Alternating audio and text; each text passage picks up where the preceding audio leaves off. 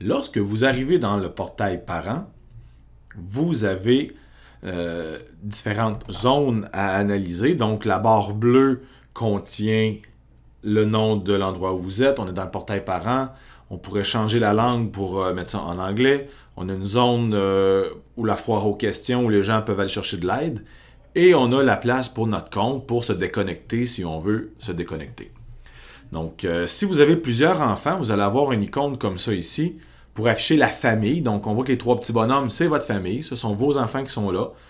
Donc, si je veux ajouter un enfant, ben, je vais devoir le faire pour pouvoir avoir tous mes enfants là, ici. Donc, pour chaque enfant, vous avez son agenda. Donc, l'agenda nous permet de voir en fait l'horaire de l'enfant qui nous dit, selon les jours scolaires, quelle matière il a, à quelle heure, selon vraiment son horaire. Donc, on est capable de voir dans les semaines jusqu'à la fin de l'année. Le calendrier scolaire est au complet ajouté là. Donc, on a les dates des journées pédagogiques. On a tout ce qu'il y a en lien avec l'horaire de l'enfant. On a même aussi un horaire imprimable. Donc, on pourrait, en cliquant ici, avoir l'horaire comme il a été remis à l'enfant à l'école. Donc, première section, agenda. Deuxième section, les absences. Donc, on est en mesure de voir quand est-ce que notre enfant a été absent ou en retard. Donc, voilà, vous êtes en mesure de consulter ça. On a les résultats scolaires. Donc, dans les résultats, il y a les résultats ministériels, il y a des examens du ministère.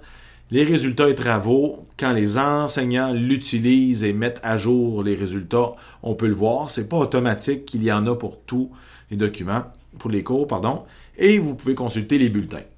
Donc, vous avez le bulletin par année. Là, vous êtes capable de remonter là, sur plusieurs années. Donc, voilà pour les bulletins.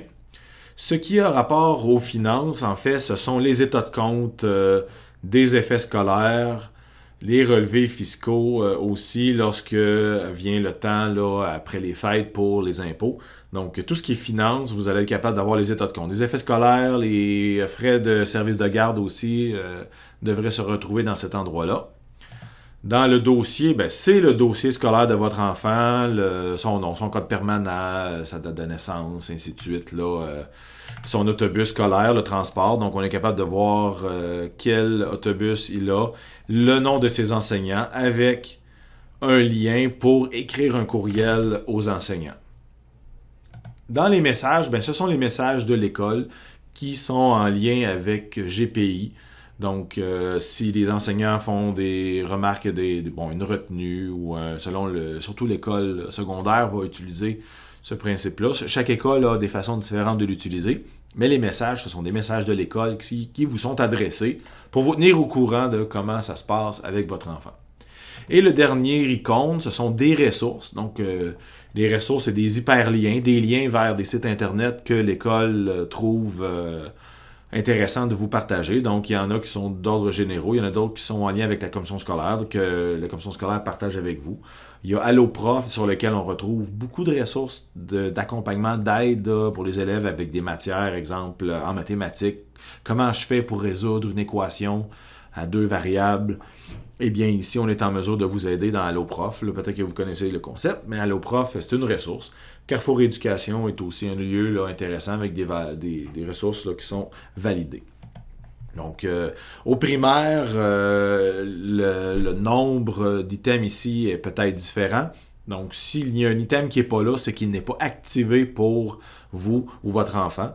Donc, dans l'ensemble, c'est les différents items que l'on va retrouver. Et pour changer l'enfant, on clique sur l'autre enfant pour afficher ses documents à lui. Si vous avez besoin d'ajouter un enfant qui s'est ajouté dans ceux qui vont déjà à l'école, vous cliquez sur « Ajouter un enfant » et vous complétez le formulaire qui est à l'écran. Donc, associer un enfant à mon compte, il faut choisir la commission scolaire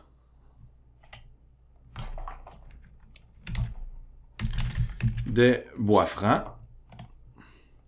Vous écrivez le nom de l'enfant, son prénom, sa date de naissance, le code de fiche ou le code permanent. Ça, ce sont des informations qui vous sont remises par l'école, que vous pouvez trouver sur le bulletin.